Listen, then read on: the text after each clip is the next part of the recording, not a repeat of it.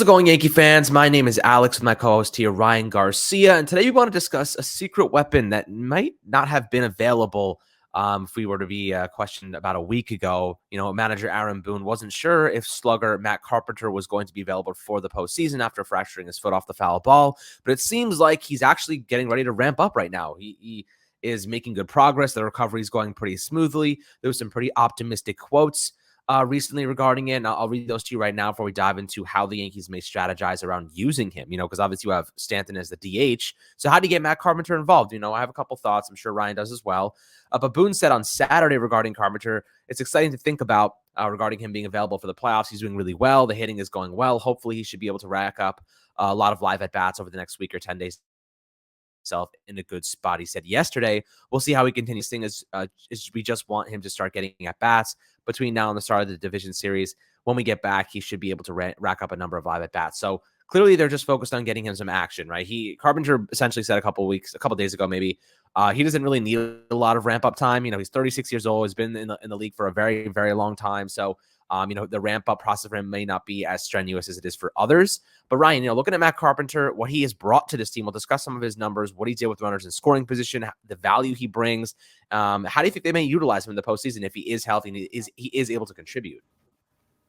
Yeah, so Matt Carpenter, one of the big things with Matt Carpenter is the low chase rate. You mentioned time to ramp up. Matt Carpenter doesn't expand from the strike zone, which is really important to talk about because that's something that you need in October. Someone who's going to be disciplined, have good at bats consistently. He has the second lowest chase rate in baseball since 2021.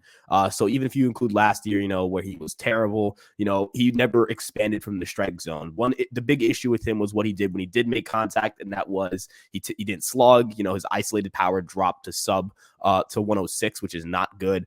We expected, we don't have his average was good, so there was some upside there. And we know that he's always had good barrel rates and good barrel numbers. So for Matt Carpenter, it's just to continue to pull fly balls in the air. That'll generate that'll get the most out of your power, as his exit velocities kind of dip a little bit. He was a guy who could hit the ball 113 miles an hour in 2017. And even this year, only 107.7 miles per hour. That's not in a crazy max exit velocity range. We're talking, I believe guys like IKF have gotten close to that max exit velocity number, if I'm not mistaken. So yeah, he actually has a higher max exit velocity at 109.8 miles per hour. So Carpenter's not a guy who necessarily relies on his physical traits anymore to go out and crush the ball, but being a smarter hitter, right? Pull the ball in the air, get the ball into the seats, be disciplined. Don't chase out of the zone. Don't expand. He's handled lefties well this year. Carpenter is someone, to me at least, that, if he's 20% better than league average as a hitter, right? And he was 117% better than league average as a hitter, right? Then you're going to get a big offensive boost, especially from the left-handed side. And think of this team's struggles, when they were struggling in August. They had a really inconsistent offense. It felt like, they couldn't really click as a unit. And right now, they're hitting a lot better. But if you look at that lineup and you throw a Carpenter in there, you're going to look at, Judge, Rizzo, Stanton, Glaber, who's been red hot, Cabrera's been hitting well lately. And you throw a guy like Carpenter in there, and suddenly pitchers are going to have a hard time navigating through that lineup. And that's what made that team so devastating early on the first half. There's a clear drop off with this team once Carpenter gets injured. Because he's just such a vital part of this team. He's such a vital part about what they do. He's such a vital aspect. He's so integral to this team's success. And obviously it's not ideal to rely on a 36-year-old veteran who is becoming a journeyman guy. But, it's October. It doesn't matter how you get it done. You just got to get it done. At that point, you kind of just throw out the process as to how we do things. You're chasing results at that point. And if Carpenter can give you results, you question how he got there later. You question you question the sustainability of it, in the offseason when you decide whether you bring him back or not and at what price point. But for Matt Carpenter right now, I know he can pull fly balls. I know his swing is where it needs to be. I know he's going to lay off pitches. Even if he's struggling, he's going to have, good at bats. He's not going to go out and expand the zone. And I think that that's such an important thing for Matt Carpenter. I mean, this is a guy who's still, I believe, top 5 or 6 on the Yankees in position player F4, which is crazy to think about because he played 47 games and he has not played, since August 8th. So He's an integral part of this team. I'll say this about Benintendi. I'll say this about anyone coming back from the IL, right? Some of these big guys, yes, this team can win a World Series without them. I believe that. But if this team wants to win a World Series, they'll do a lot better in terms of performing well with these guys on it. Look at that Astros pitching staff: Christian Javier, Justin Verlander, Framber Valdez, Lance McCullers Jr., Luis Garcia. Those are a lot of, those are tough guys to beat. And Carpenter is going to help you a lot because there's only one lefty I mentioned in there. And so there's a lot of righties, a lot of opportunities for Carpenter to maybe run into one and do damage against a team that has kicked our butt in the playoffs for the last half decade. So I think he's integral to everything this team's going to be able to do in October. And I'm really excited to see his at-bats come the postseason. Yeah, I mean, the question kind of is, how do you get Matt Carpenter more involved once he is healthy? Because right now you have Giancarlo Stanton, and in the DH role, as I mentioned before, I think that they probably, start to use Carpenter if they can trust him as a situational pinch hitter, right? Maybe you have a favorable matchup late in the game, and maybe it's a righty on righty, and Stanton, is struggling. He's had a couple strikeouts. Look, you know what? Let's put in the lefty Matt Carpenter there. Stanton's a DH anyway. It's not like you're losing anything on the defensive side.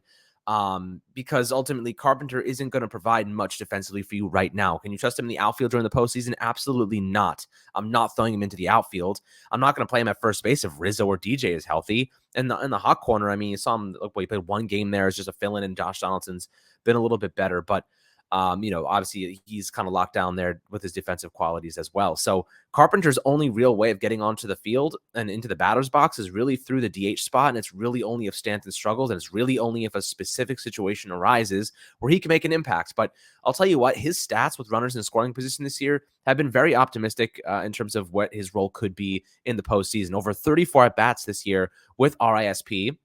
Carpenter is hitting .324 with a 47.8% on base rate. He has 7 homers and 26 RBIs with a 1.478 OPS. I mean, this is a guy that you can rely on to come through in big moments. This is a guy you can rely on to get the ball in play, whether it be a sac fly or whether it be a double or whether it be just a single slap to right field or a homer. Like you said, he pulls the ball very efficiently, which results in a lot more homers. He has 15 homers over a 47-game sample size with a 217 WRC+. He was 117% better than the average player. And that's a sizable, sample size, right? Like this, we're not talking about a 10-game sample size. We're talking about 47 games, right? Like that's a very significant, chunk of playing time that he managed to continue a very impressive pace, and one that nobody else has really done except for Aaron Judge this year. So, the fact that they plucked him off Texas's AAA affiliate, it definitely was surprising that he was able to offer so much. The second he went down, the Yankees started struggling considerably on the offensive side right after the trade deadline ended. Like, I think 6 days after the trade deadline ended, he got injured. Like you said, August 8th was when he went down. So I kind of get the sense that him coming back may add that veteran spark. He definitely has a good leadership qualities. He definitely has a lot of favorable, factors in the clubhouse. A lot of the other players love him or having him around. Of course, the mustache invigorates the fans. He can definitely do a lot of things, but how do you see him getting at bats at all? Do you think the only way for him to do is really just situationally, maybe Stanton struggling or against righty pitches? Yeah, I think it's going to be in a pinch hit role. I mean, they mentioned he still kind of has a limp right now. There's no chance he's going to play the field. And, even if he does, it'd have to be only right field, right? And right field kind of occupied. I mean, they could do something if somehow he got the limp to go away.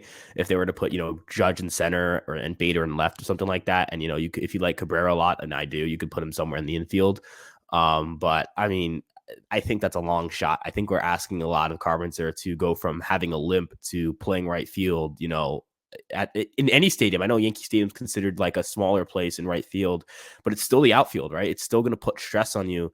We don't want him to injure himself and lose him as an opportunity, lose him, for the rest of the postseason. You don't know if maybe as a pinch hitter, he's going to have those moments. And honestly, you can put him in the highest leverage situations of a game. You kind of can control when Matt Carpenter is going to get his at-bats.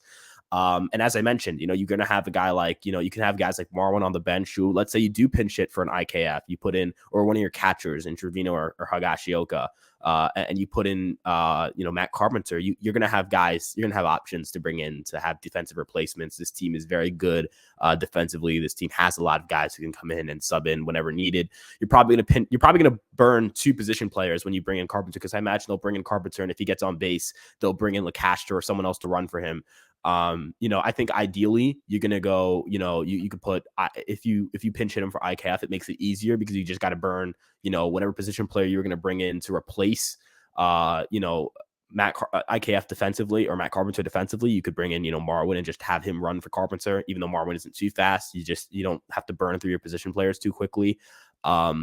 I wouldn't be surprised if this team goes with a 5-man bench and a 12-man pitching staff for the ALDS, since it is a short series and there's some weird off-day situations, and this team does have a deep bullpen. Wouldn't be shocked by it. I really wouldn't, because this team desperately may need position players because, think about Stanton too. They love pinch running Stanton, with LeCastre or something like that. If he gets on late in games, there are two guys right there that you might burn, the starter for, let's say it's IKF, hypothetically. IKF's going to get burned for the game because you're pulling him out of the game. Carpenter comes in, you use him. Then you bring in a defensive replacement. That's 3 position players out of your, let's say, 12, 13 or 14 that are gone from the equation. And then if you bring in another one for Stanton to run, that's a 4th player gone from the equation, right? So you're going to use a lot of position players. I wouldn't be shocked if they, because they have Carpenter, try to manage it where they bring in another position player and go 14 position players, 12 pitchers. But we'll have to wait and see. But yeah, as you mentioned, it has to be a pinch hit role, unless somehow magically he just doesn't have a limp and he figures out how to play the outfield again, which I imagine he hasn't done in months. So I have no idea how his routes are to the ball right now. It's not like he was great anyways in the outfield before. We kind of saw him make some hesitation throws, not make the best decisions out there, and that could cost you in October. So just roll with him as a pinch hitter. There are going to be people who say start him at DH, but I know Stanton struggled, but I have a hard time putting Stanton out of a lineup in the postseason when I know his resume in the postseason. Yeah, absolutely. I mean, pulling Stanton from the lineup definitely isn't an ideal thing, but I'll throw out a number for you. That's kind of interesting. If the Yankees are going to play the numbers game, I guess we kind of have to mimic that. So here's a hypothetical that I want you to kind of react to and see. I'm going to get your opinion on it. So, you're looking at the Yankees, you look at Stanton and Carpenter specifically, right? I'm looking at their first inning stats. Who's to say that the Yankees don't give Matt Carpenter, they don't start him, right? They don't start him, and then they pull him immediately after the first at bat so that Stanton can get those at bats, because this is just a crazy hypothetical I want to get your opinion on. But Matt Carpenter in the first inning of games, if he's hitting cleanup, for example, in the first inning of games this season, he's hitting .429 with a 50% on base rate over 18 plate appearances. He has 3 homers, 9 RBIs, and 2 walks, right? Stanton, on the other hand, over 66 at bats, is hitting .197 with a 28% on base rate. You're looking at 2 vastly different guys. So Carpenter seems to be a lot better at starting games, right? His first at bat is one of his best at bats. Stanton, on the other hand, his first at bat is arguably his worst at bat. So, of course, you kind of that kind of there plays into the sequence, or there's a variable for Stanton that the first at bat makes him better in further at bats because he's starting to see the pitching, is kind of getting into the groove of things. But what is your reaction to the idea of utilizing Carpenter immediately out of the gate as your cleanup hitter for the first at bat, and then you take him out after the first at bat, and then you put Stanton into the game? Like, I know that takes away the potential to use him down the stretch, like down in the later portion of the game, but given the numbers, what are your thoughts about that? Yeah, so I mean, here's the thing. I think that in terms of situations like how well you perform in the first inning, that might just be variance. Or, we don't know Matt Carpenter personally. I would love to have the opportunity for us to talk to Matt Carpenter, but that until we could do that, we really don't know what goes through the approach of Matt Carpenter in a game situation. Maybe he does feel more comfortable in those first innings, but I think we don't have any conversation or any proof of him going out and saying hey, yeah, I feel really comfortable in the first inning. That's where I'm at my best. I think it might just be some variance there. One big thing with the Carpenter Stanton situation is that, with Carpenter, you would like to see him in high leverage. You'd like to control when you get Matt Carpenter. You don't want to have Matt Carpenter, out of the lineup, when his spot comes up and it's a tie game and there are runners on and it's a righty and is a guy who struggles against lefties. That's where you want to bring in Carpenter, because you can do one of 2 things. One, bring in Carpenter, and now that pitcher has to face Carpenter, and that's a mismatch for that pitcher. Or 2, you bring in Carpenter and the opposing manager is forced to play his hand and bring in a reliever early. And if Carpenter manages to reach, this lineup is very right-handed in terms of a lot of their best hitters are right-handed. Think of Judge off the top of your head. Glaber's been red hot.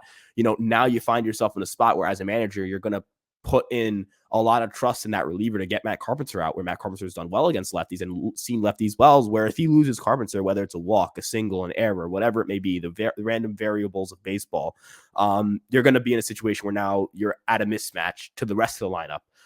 So I think of Carpenter as someone that I would love to have him start. If it was my choice and we could have a fully healthy Carpenter, he's starting in right field right now.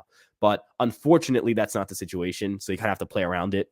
It sounds like they're going to use him in the pinch hit role. I think he might just be so banged up and he's just rushing himself back because he thinks he can get at bats. I don't even know if he can run out the batter's box, right? I have no idea if the dude can even run out of the batters. He might be jogging to first base. So I have no clue what exactly he can give us. So I think time will tell with him. I'm excited to see him back because he's at least gives us really good at bats. And you know what? A pinch hitter. We've seen this with Raul Ibanez. Back in 2012, he came into pinch hit, veteran guy, left-hander off the bench, and he single-handedly saved the Yankees in that ALDS. He single-handedly won that game, ties it up, and then hits a walk-off bomb after. So you never know. You never know when it's October. These are where heroes are made. These are where you kind of make yourself a Yankee legend. And I wouldn't be too opposed to Matt Carpenter coming off the bench, giving us a pinch hit home run and becoming a Yankee legend because this is a guy who can definitely do it. Veteran, done it. He's been in October how many times with the Cardinals? I mean, he's been there. He's done it. He's been through it all. And I think that, the Yankees could use that veteran leadership, especially off the bench, especially in big situations, and especially since this team runs two positions at catcher and shortstop where they're defense first, offense second. Yeah, absolutely, man. I mean, I would love for Matt Carpenter to become a Yankee legend with the mustache and everything. The aura he brings is definitely something that would be etched in history. And him coming in a big moment after really having nothing to do with the MLB this year until the Yankees scratched him off of the AAA squad from Texas Rangers.